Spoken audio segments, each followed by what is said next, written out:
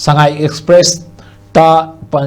mapung oiba to felai na phong ba Panchayat mikhan toudabana lupa crore chatruk maudra rom mangkhre GP singi administrative committee semna thabak laukhale haiba aduga ponafam dana gram panchayat singi administrative committee semna ba DC sing the khangan khre haiba pawamaka registrari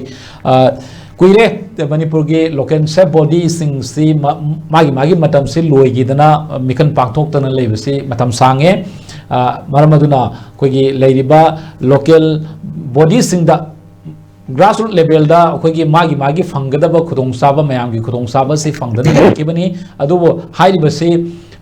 miyam gi oiba local self body si gi mikhal pangtho waidan mamang yamna taksin ke busu leire marak amamu hairiba koigi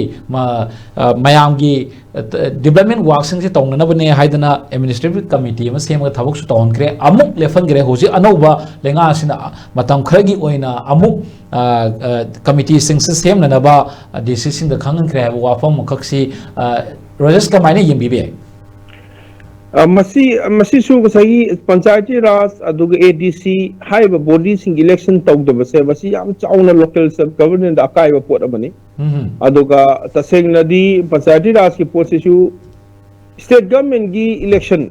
adi MP gi election tawbu yaraga panchayati raj election tawbu kari gi yaroi to adu masi taseng polimoina manipulate tawbu yana na ba moi gi khuchabi semba yana na ba hana khali ba mi myam si to halaga moina anouba podama semjal laga tori ba se masi yam thina masi authoritarian oiba podamani aduna hana gi panchayati raj da khali ba mayam sing gi pen da ba rally protest delhi da mayam laktana koi sa maksu yauroi makoi gi pen da ba adu sagi mai function tu tawdram ni na dai panchayati raj ki central scheme gi makha da leiba podi na moi gi na pire ba sanction mayam sing che utilization certificate pidraba natragana moina first installment pida second third fourth installment si pidradi ngasai thabak tu boina utragadi paisa se la oidawni na masana mangi bani adu tanate ADC gi election sisu ayam ba sawarna mamangi ADC gi si Manipur sawarna 100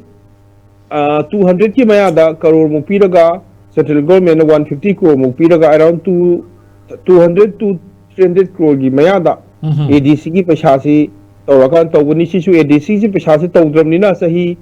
mari ahum mari mamang dagi Delhi na central na pirakpa ADC ki paisa sing di pirak trena akoina ukhul salaga na report ma lawu matamda haibire ko smaina masi ADC gi election tawbam thokpani masi su hajik election tawre state government leire adoi tagdi autonomous district council gi election tawbam thoi panchayati raj gi election tawbam thoi election tawdabida anauba administrative order ama thoga amu hanagi akoi same kana gumba mokhoi kharana bureaucrats singna natraga mohi kharana adum passion ba taw yana na bagi mong da thamba se masi khudak ta lepaga athuba matamda mai bylaw gi matungina haibe election si tawrakanda mai even state government gi election laktingi mamang da bokta masi tawbam thoi haibe posi thamjage adu adnabadu natana sagi akoigi sumnagi temporary basis ta tawbusina masinadi kasu thudopa ahong bula oi haina adumain thamjadi